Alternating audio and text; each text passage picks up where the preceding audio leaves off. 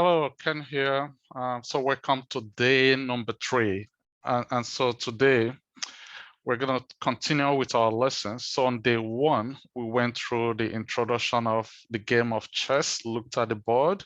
We talked about the importance of visualization. We went through how all the pieces move.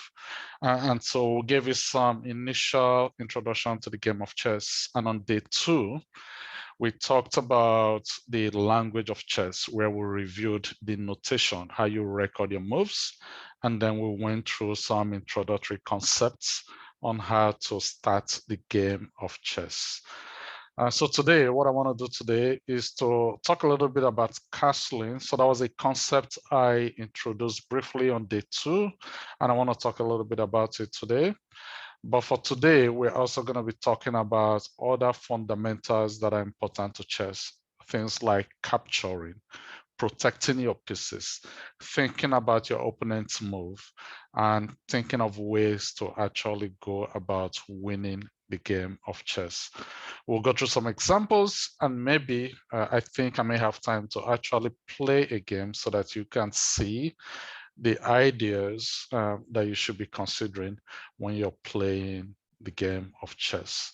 So let me share my screen here so that we can get started. So first I want to start by talking about castling. So castling was a concept I introduced briefly in the last game. And castling is something that happens, is the only time in chess when you can move 2 pieces at the same time. And it's a move or something that happens between the king and the rook. So if you look at the starting position of the chess game, right now we have all these pieces in between the king and the rook. And we also have all these pieces queen side in between the king and the rook. So for us to castle, the first thing we have to do is to move these pieces away.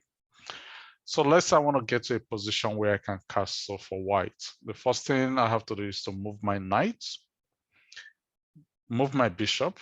For me to move my bishop, I have to create room for the bishop. That's not what I want to do. So I have to create room for the bishop. I move my bishop, and now I can castle. And if you remember the castling, we move the king 2 squares, 1, 2, and then we move the rook directly beside the king.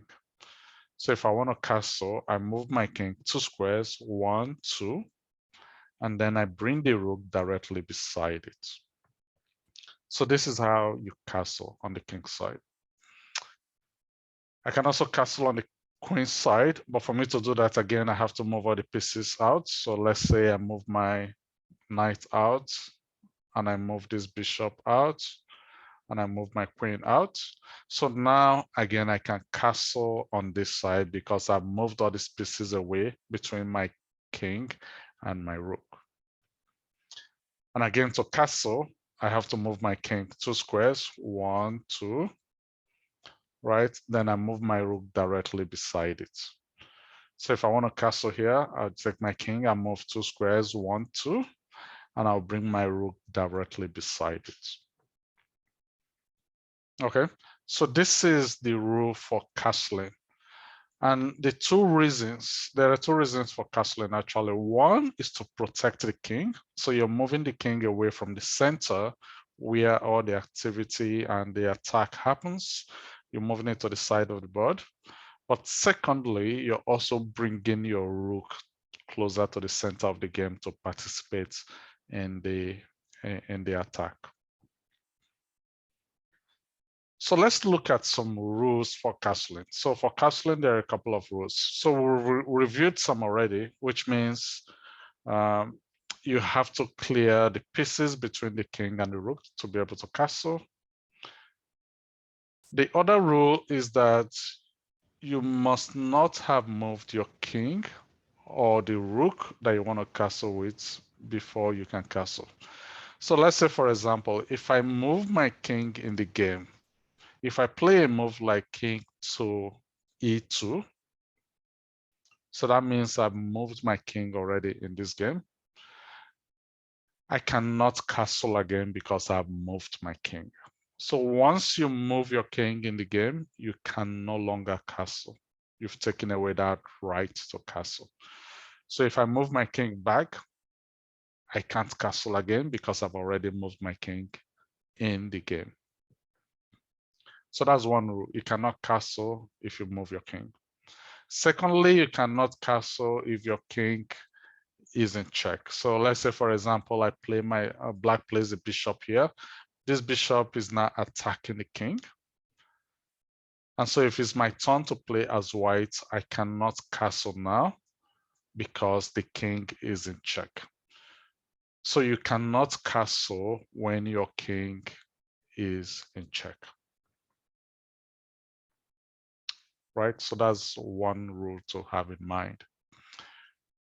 So let's say, hold on. So let's say that pawn is moved. So let's say this bishop is on this square. Another rule is that I cannot castle if the square that the king is going to go through is under attack. So in this position, this bishop is attacking the square D1. So for that reason, if I'm white now, I can only castle on the king side. I cannot castle on this side. So for example, I cannot castle here because if I'm castling here, I'm going to move my king past a square that is under attack by the bishop. So because of that, I cannot castle. So those are the rules you have to have in mind for castling. You cannot castle if the king is in check. You cannot castle if you've moved your king in the game. And you cannot castle if the king has to go through a square that is under attack by the enemy piece. Okay, so those are the things you need to have in mind for castling. All right, so we now know how to move the pieces. So one of the things in chess, for you to win the game of chess, you have to capture your opponent's pieces. You have to protect your own pieces. You have to develop your pieces to active squares. And what that means in chess is that you're moving your pieces closer to the center, you're moving your pieces closer to the enemy territory, and you're moving your pieces to positions where you can checkmate your opponent's king. Right, so that is one of the things you have to pay attention to when you're playing the game of chess. So again, you're thinking of capturing your opponent's pieces, having in mind the value of the pieces. You're looking to protect your own pieces as you play the game. You don't want to leave your pieces hanging. You're looking to put your pieces in active squares so that you put pressure on your opponent. And that way, once you do that, you can get in a position where you can win the game. So let's review some of those concepts in detail. So first, let's talk about capturing.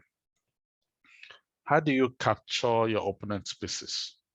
So this is concept we may have gone through briefly, but when you capture, you take your piece, you remove the opponent's pieces, and you place your piece on top in that square where your opponent piece was. So in this position, I can capture the pawn with my rook. And so to do that, I will take my rook, capture this pawn on c7. So I'll take the black pawn away from c7, and I'll put my rook on that square. So this is a simple puzzle where I want you to take all the black pieces. Right, so we know how the rook moves. So right now from this position, we cannot take this pawn because the rook cannot move to that pawn from this position. So the first thing we do is to capture this pawn first. And now once we capture this pawn, on our next move, we can capture this pawn. And so we can play that to capture that pawn. So let's look at another example. So here it is white to play. How do you take all the black pieces without losing your bishop? Right, so we have to come up with a way where we can take all the black pieces without losing our own bishop. So let me give you a moment to think about it, and then we can review it.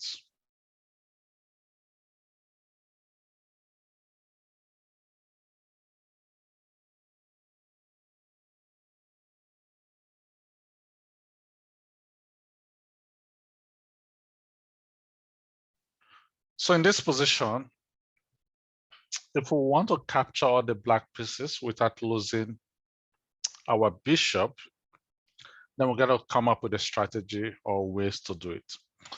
Now, if I take this pawn with my bishop, then I'm going to be in a position where the rook on b5 can capture my bishop, or the rook on f7 can also capture my bishop. So in this position, I don't want to take the pawn first. So what else can I capture from here? From this position, you see all the squares the bishop can go to from here. So here I can capture a black piece. Now, if I capture this black piece with my bishop here, my bishop is going to be safe because there is nothing else that can capture my bishop. So the first move I have to make is to capture that. And now from this position, how do I capture these remaining two pieces? So here you see all the highlighted squares. That's where the bishops can move. The bishop can move to right now. So to capture that position, that rook, maybe it makes sense for me to take my bishop and move to that square. And from this square now, I can capture this rook. All right, so I capture that rook. And now I have to capture this pawn. So how do I move my bishop to capture this pawn? So maybe I come to that square. And now on my next move, I can capture that bishop. So let's look at one more.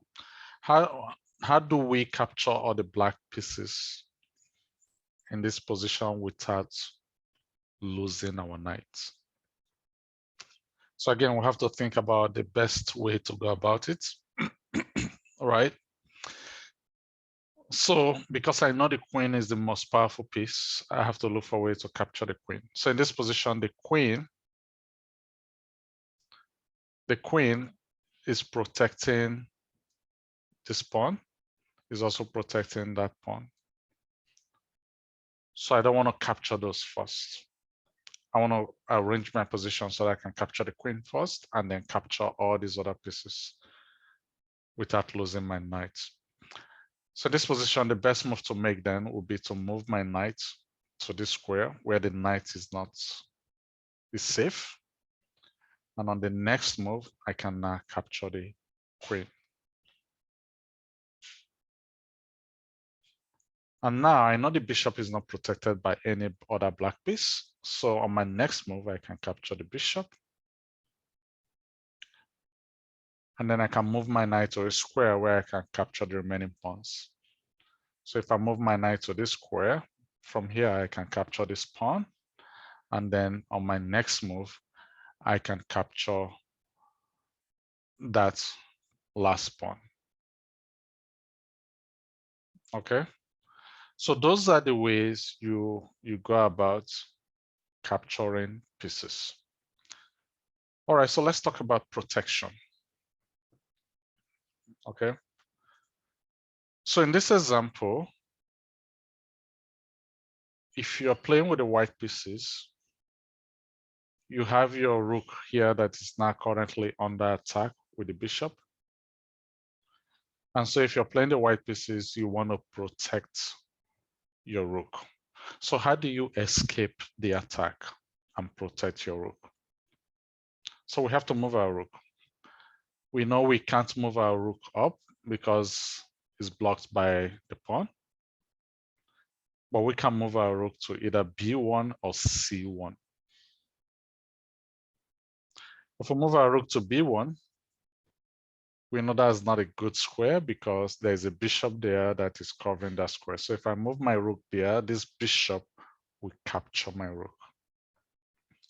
And so in this position, the only way I can protect my rook is to move it to c1. And so in this position, I have protected my rook. All right, so let's look at this position. So how do I escape and defend my piece without losing it? Right, so in this case, the black queen is attacking my knight and is threatening to capture the knight if I don't protect it. But if I have to move my knight now, there is really no safe square I can move my knight to. If I move my knight here, the queen can still capture it. If I move my knight here, the queen can still capture it. And if I move my knight here, these are the only three squares I can move my knight to. The queen can still capture the knight. So in this position, the only hope I have to protect this knight or to save the knight from being captured is to protect it with another piece. And luckily, I have a rook that I can use to protect my knight. So what is the best square to move my rook to protect my knight so that once the queen captures it, I can capture back with my rook? So we've highlighted all the squares the rook can move to from this position. If the rook moves to g7, the rook will be indirectly protecting the knight. But in this case, the queen will just simply capture the rook first and then later capture the knight. So that's not a good square to use to protect the knight. But there's a better square here if I come to this square. Because now the rook on a2 will protect my knight, such that if the queen captures, my rook can now recapture. Okay, so if I have to move, I'll move my rook to this square to protect. All right, so let's look at another example here. So in this position, our rook, the white rook, is attacked by the black bishop.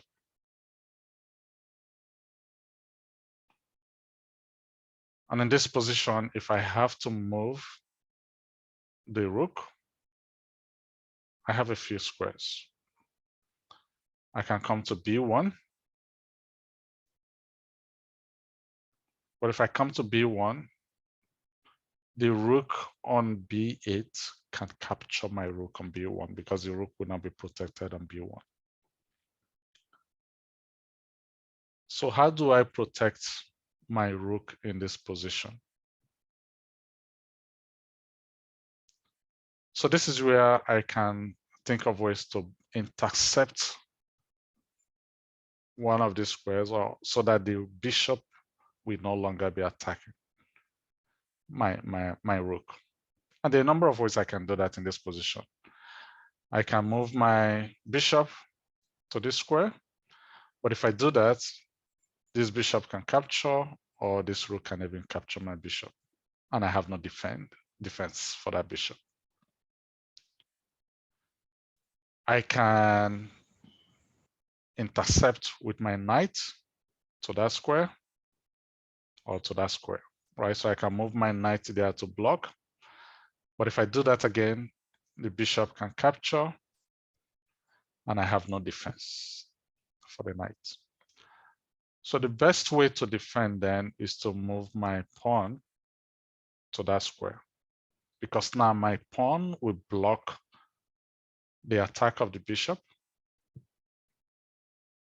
But the good thing is that that pawn will not be protected by my knight, because if the bishop takes it, my knight can capture.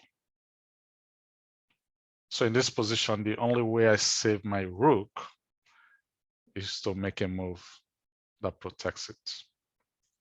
All right, let's look at one more example. So in this position,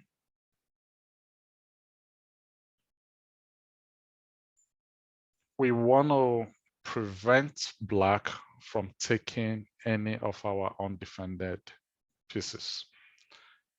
So in this case, we have the queen attacking the knight, but this is fine because my knight is protected by my bishop. So if the queen captures the knight, my bishop will capture the queen.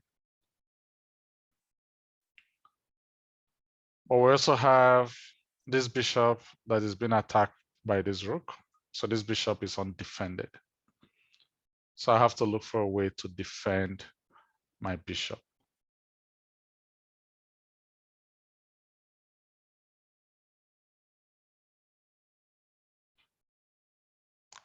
This bishop here is also attacked by this knight, but I have a defense. I have a pawn here that can recapture if that bishop is taken. So the only thing I really have to be concerned about here would be this bishop. But now I also have to be concerned about this knight because this knight is only defended by this bishop. If I'm not careful, if black captures my bishop, then my knight is going to be undefended. But in this position, I have an opportunity to move my knight to a position where my knight is escaping that threat of being captured by the queen, but also defending my bishop. So a move like this, where the knight defends my queen, is now a good move to play. All right, so let's go through another set of examples in these combat positions. So here, I want to take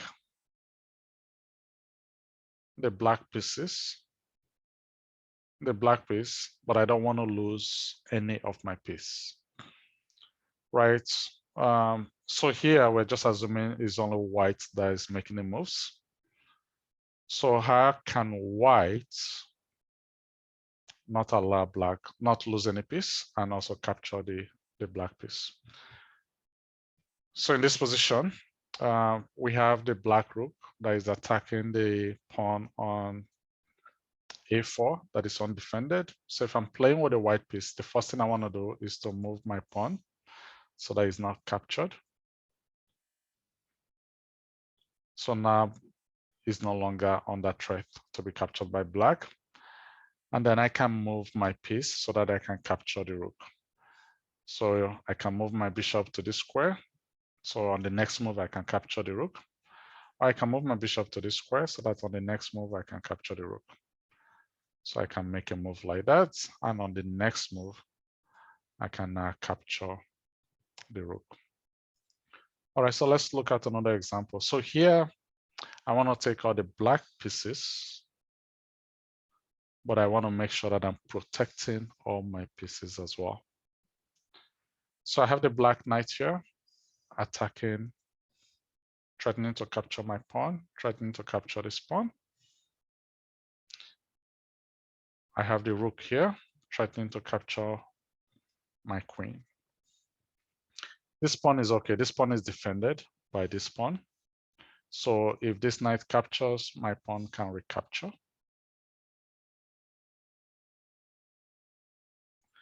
If I capture the rook with my queen, then this knight will capture either this pawn or that pawn. So I have to look for a move that defends these pawns and also threatens to capture a black piece. So moving my queen to a square, to f3, for example, would defend these 2 pawns. So that's probably going to be the first move to make. And on the next move, I can capture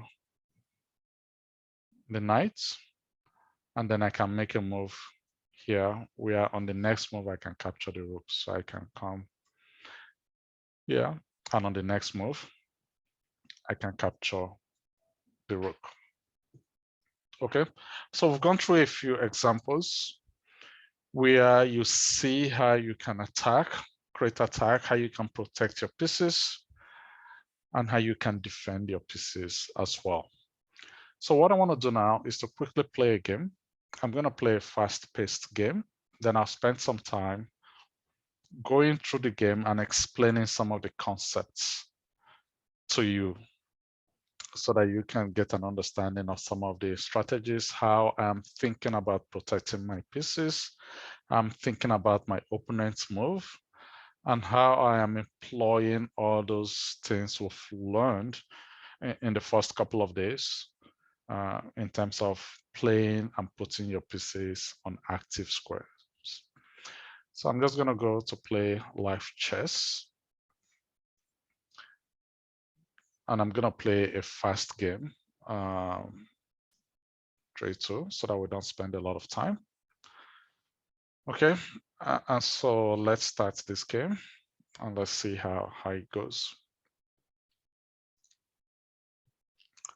All right, so now I have the black pieces. So black starts with a d4. So I'm going to go with f5. And so you see what we're doing, we're developing all our pieces in active squares. And I've castled,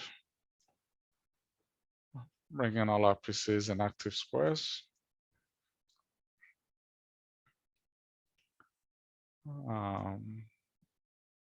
Continue to defend, protecting.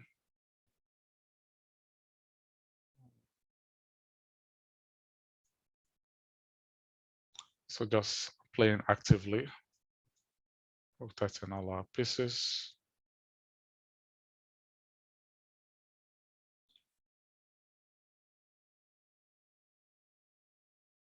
Okay, so black realizes some danger there and moves their piece away. So I'm just playing my development moves, right? Just developing my pieces and putting them in active squares.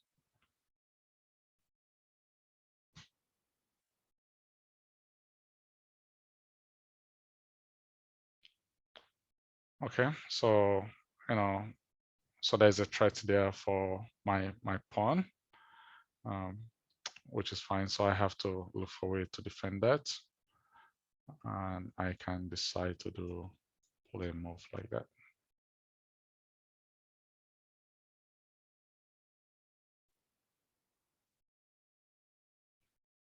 So that move comes with a threat because now I'm threatening to win the black knight because this knight on this square is undefended and has no safe square to go to. All right, so now I'm threatening to play a move like that to capture that knight. So that's what I guess white is thinking about now, how to protect that knight. Okay, so he's played a move. So there is a safe square for the knight to move to. I'm still going to go ahead to attack the knight. So that's good. So I can now bring my pieces into active squares.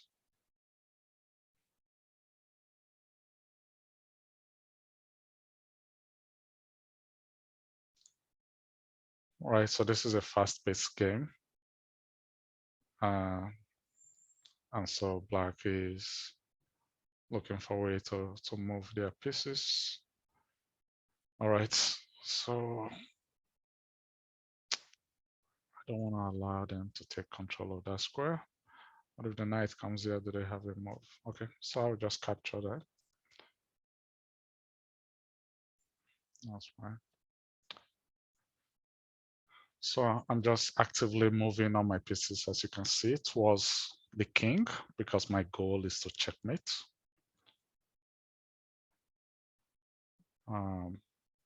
So now you see I'm fully developed. I've moved all the pieces from my back rank. And so black is looking for activity. I'm always thinking about, so anytime they make a move, I'm thinking, where can they go? So the knight can come to that square. That's almost the only square they can go to. So, but I want to drive that knight because I want to bring my knight in a good position. So one of the things I'll do is to drive that knight away. So this is a good square, but that knight is also threatening to come here. And I don't want that to happen. So which is okay. But what I'll do, they come here, they're threatening to fork my piece. So what I'll do, I will move.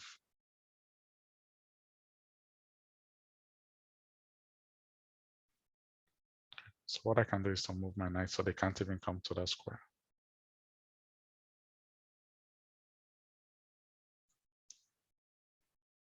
All right, so just moving my pieces to active positions.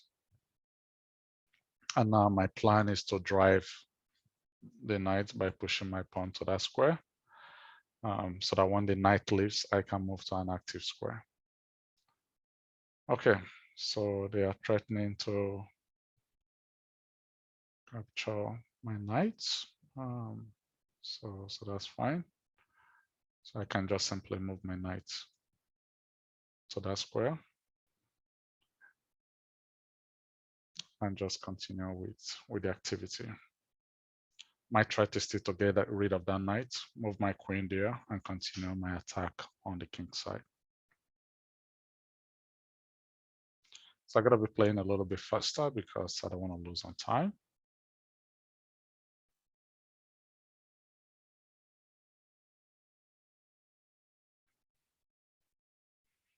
Okay, again, looking to move the king to active squares.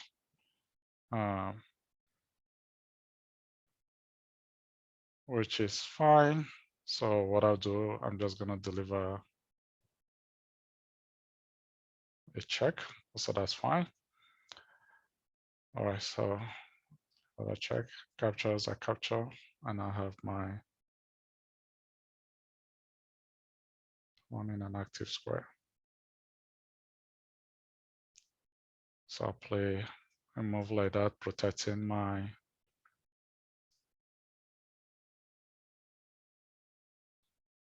pawn.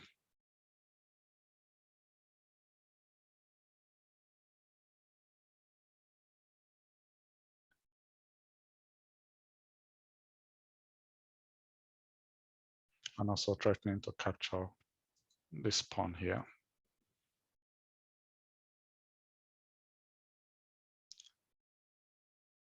So black captures,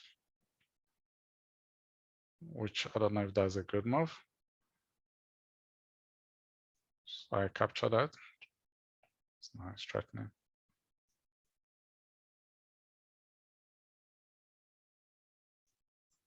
I don't want to exchange this.